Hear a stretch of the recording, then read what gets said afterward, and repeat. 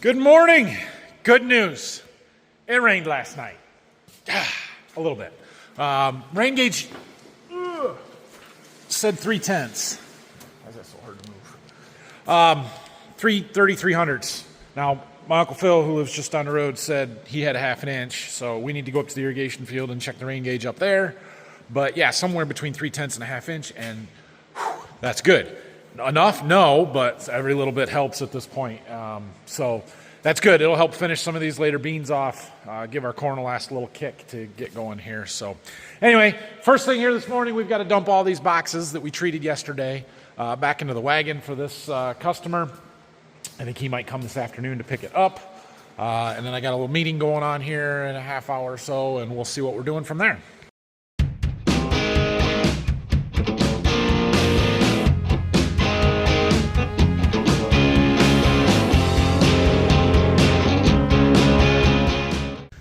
I got all those beans, that wheat dumped back into the wagon, so that's good to go. Just walking out here, taking a look at the plot. Right now is the time when you can really see the varietal differences, the maturity differences in the plot. The more mature beans on that end, the earlier maturing, and then they get a little more yellow and more green. And then this one's a little farther along than that one, and then we go green until we get to the early beans that are not part of the plot or not part of the variety trials at least. They're turning pretty rapidly here. This one's interesting though because it's the same maturity as this one, but definitely a couple of days farther along. And then this one's a 2.9. It's supposed to be even earlier than both of those. But then the 2.8 here, it's got a little more yellow in it. And then the 2.6 has got a lot of yellow in it. And then we got another 2.6 that's still a little bit more green. Interesting.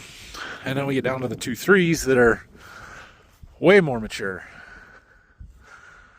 Harvest is coming fast. I would like to get the drone up today, the picture taking drone, do some pictures of some of the bean fields and stuff, and maybe some of the corn, see if we can see any streaking and anything, fungicide strips or misses or anything like that. Now's the time. Our semi truck is done. We're doing some recall work or something, I don't remember. Anyway, so I had to bring Phil down here, and I got a whole bunch. If anybody needs a nice Volvo truck, a bunch of day cabs and a bunch of sleepers along the road. Yeah. Stikeman's in Defiance, if anybody was wondering. Had to do a little truck shopping while I was here. Nothing there I want. All right, I just made it back to the farm here, and I want to run up to the irrigated field, check the rain gauge up there, see what the ground conditions look like and stuff. And I'm going to take the drone. We're going to fly it. And then we got to be back here in 45 minutes or so because that guy's coming to pick up that seed wagon of wheat. Oh, man, look at those beans over there. They're a little green on the edges, but out in the middle of that field, we're a week out from harvest. That's... wow. We best get the combine ready, boys. Well, let's see what our rain gauge has got in it over here. And then I'm gonna fly the drone. Dang, again, we're getting a little shorted up here. It's better than nothing. But that's 1/4 of an inch. All right. Okay, well, we're going to leave the rain machine off for today. Maybe tomorrow we'll start it back up. Some of this corn it's about done.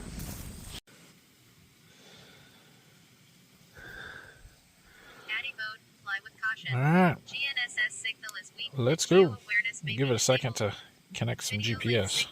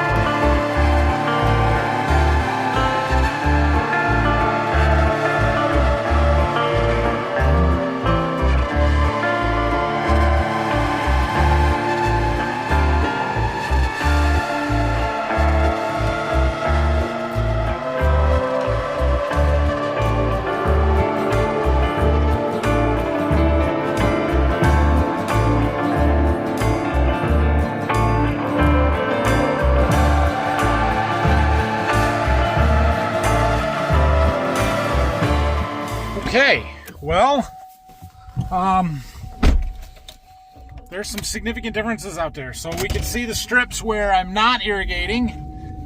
When we first started that there was one that goes the whole length of the field or back to the woods, and then there's another one that's only half the field right out along the road, or the second pass off the road.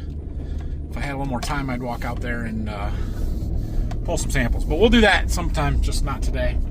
But yeah, that's definitely showing up big time, which means our water is doing something. You can also see the variety strips out there, and you can see that backbone across the center where we are making our turns and stuff. And yeah, we run over a little bit of corn, but it's nothing compared to the lanes that I used to leave with the hard hose Traveler, and it's pretty insignificant, really. So that was interesting. I'm gonna head back to the seed warehouse. I'm gonna try and throw the drone up again there. Look at some beans and some of the cornfields closer to home and stuff, and the plots. I'll just get one more video. This is gonna be a drone video. Yeah. All right, there she goes. Let's go fly some around here. Well, now I get the fun of sorting through all of this footage for you guys. Hey. All right. Come on.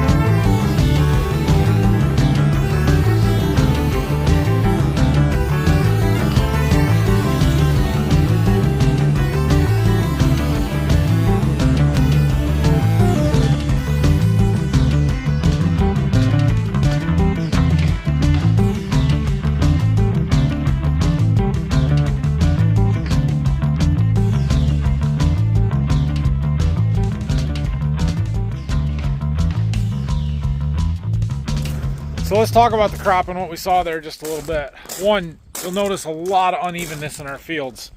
There's a lot. That has a lot to do with the high ground, the low ground, all the different elevation, and just the low spots have had more moisture. There's more water holding capacity. There's more moisture available there, and they stay greener longer. And so we're seeing that show up.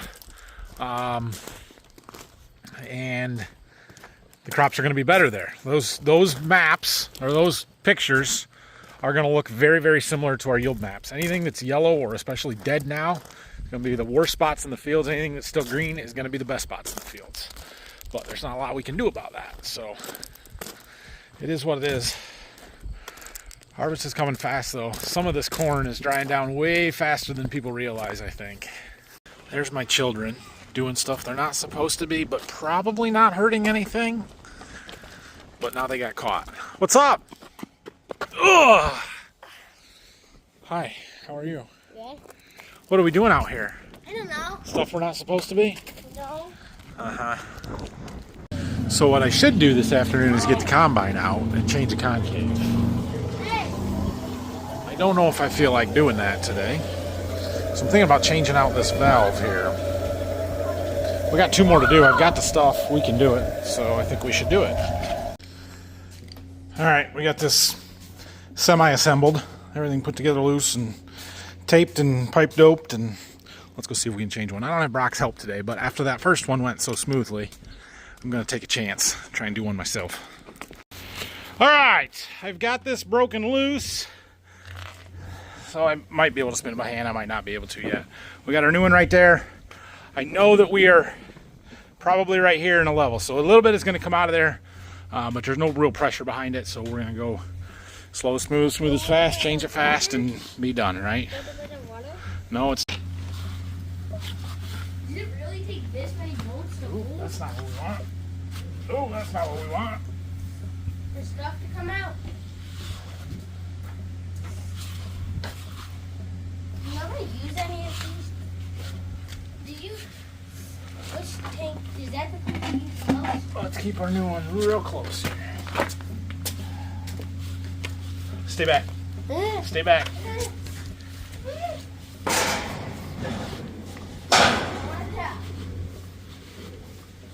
Thousands of stuff to get it going.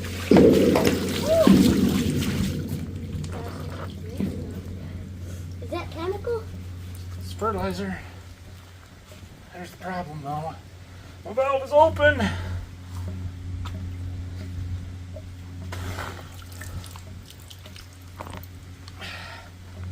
think we should do another one too. I need that handle that's up there. The big one. No, the handle.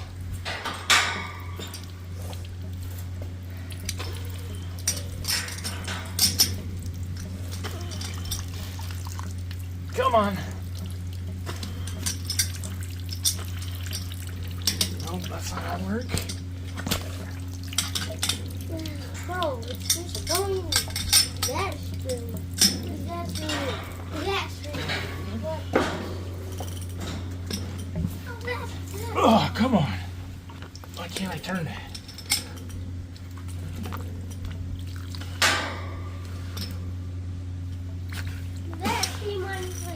There we go. Okay. Now I'm gonna need the hose. Okay. Not as smooth as the first one. Could have been worse. Spray it on my hands.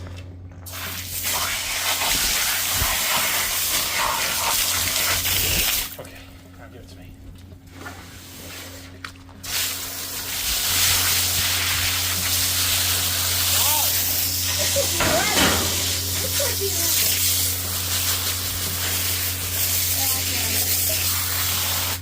Been driving now.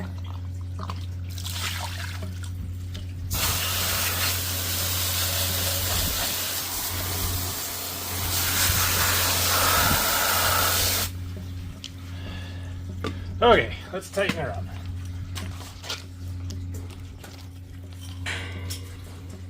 Is that tight? It's not tight. We're gonna make it tight though. If that thing was full that couldn't hold. Nope, if that tank was full, it would be leaking. Also, the more things you have in a tank, the more like when it's fully shut, then it won't leak. Well, the more pressure that's on it, the more that's in there. So, and it will leak past the seals. Right now, there's no pressure because it's about empty. Once we get this tight, then it will be able to hold.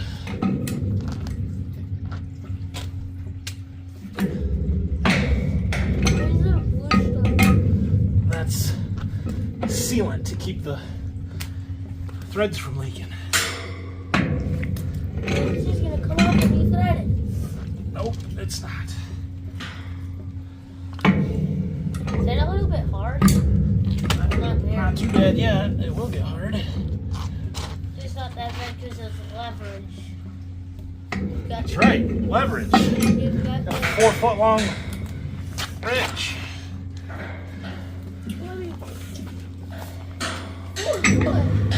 That's so much taller than me. Yep. But that's 4 foot. Yep. Well, that's why it's so heavy. Big as me. No wonder. Wait, that's. Oh. I'm taller than it. I think this is gonna be it. You can't go farther? Well, we want the valves to be straight up. Oh, that's I'm not sure I can get a whole nother clothing. rotation out The of it. clothing. Right there. No. Okay, but we gotta tighten the Wait, how is it going now? fitting. Go there. Just drag it. Where's that glove? Jason, can I have the orange gloves?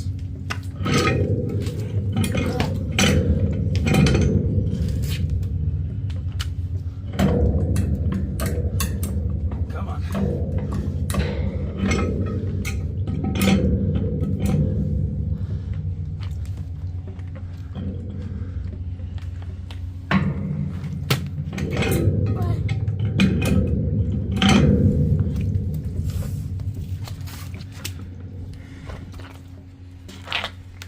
I think that should be easy.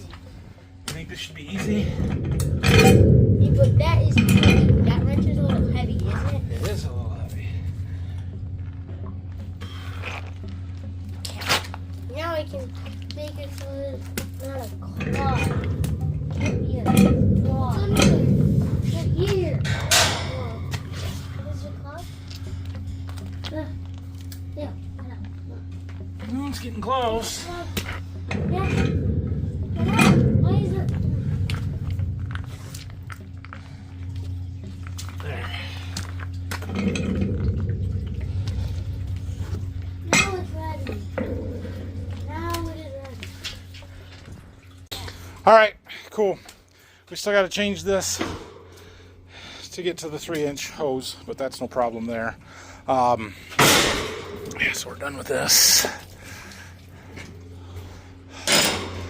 Well, we got one more to do here, and this tank is also empty. There's a chance that we could fill this one here this fall yet. It's unlikely.